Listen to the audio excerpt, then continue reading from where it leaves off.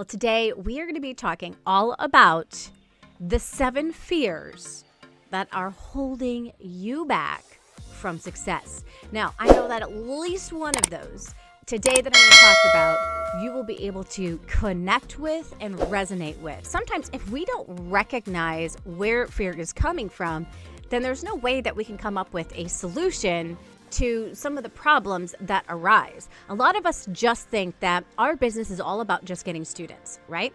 But there's a mindset that is actually hindering us from being able to get those clients. So the very first fear is the fear of success. What? Is that even a thing?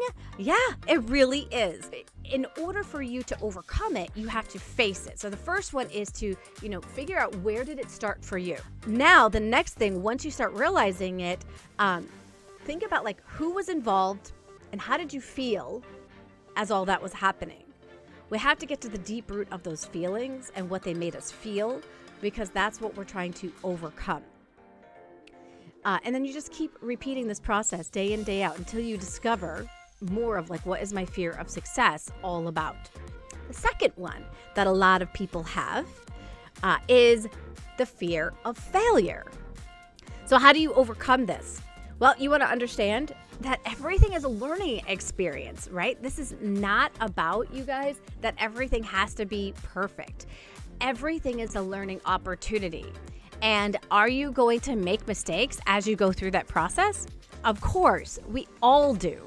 And so, forgive yourself for being human and accept that you are going to make mistakes. Number 2, be open to clarity that you receive from the experience. The next one is question your failures. How can you learn from it? What can you do better? How can you use that information to have a more successful outcome?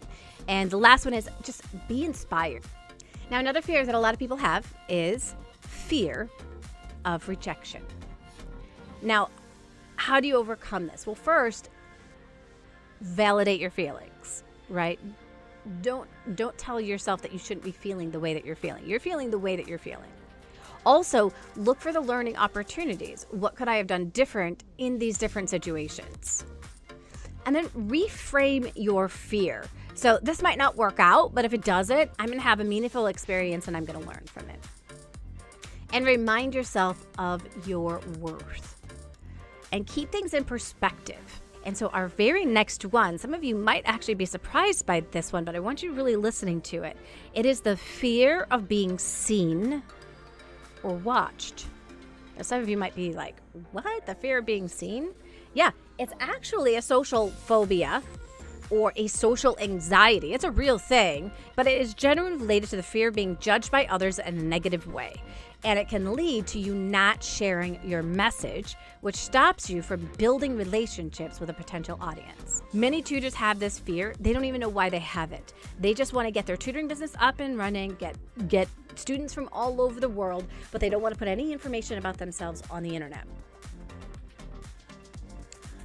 which is going to lead to negative consequences with your business, right? If nobody knows that you exist for your tutoring services, nobody can hire you. The next one is imposter syndrome. And this is actually 70% of high achieving people actually experience imposter syndrome. This is highly intelligent people that fear that somebody else is better experienced to share the information that we're sharing. We want to overcome all of this by building our self-confidence and being resilient and having a growth mindset. Focus on your strengths, take stock of your accomplishments, be grateful for the opportunities that are in front of you, and continue learning.